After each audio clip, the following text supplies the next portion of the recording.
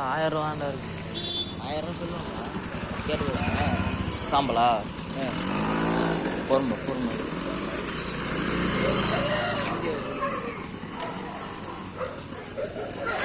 எவ்வளோ ரேட்டு மட்டும்? 3 நிமிஷமா? 2 ரூபா. 2000 ரூபாயா? பொட்டை இருக்கால? இது சாவை, இது சாவை, இது பொட்டை.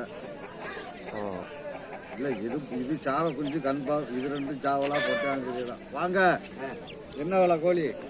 சும்மா 100 150.